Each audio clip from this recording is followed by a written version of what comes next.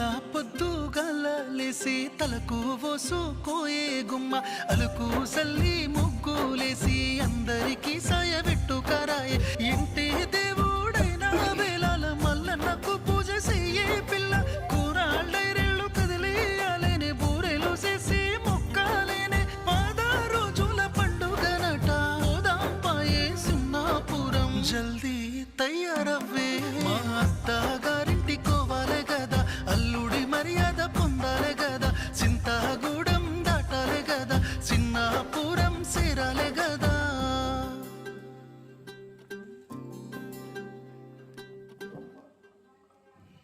ఫలితాలు లభించడం కోసం మీరు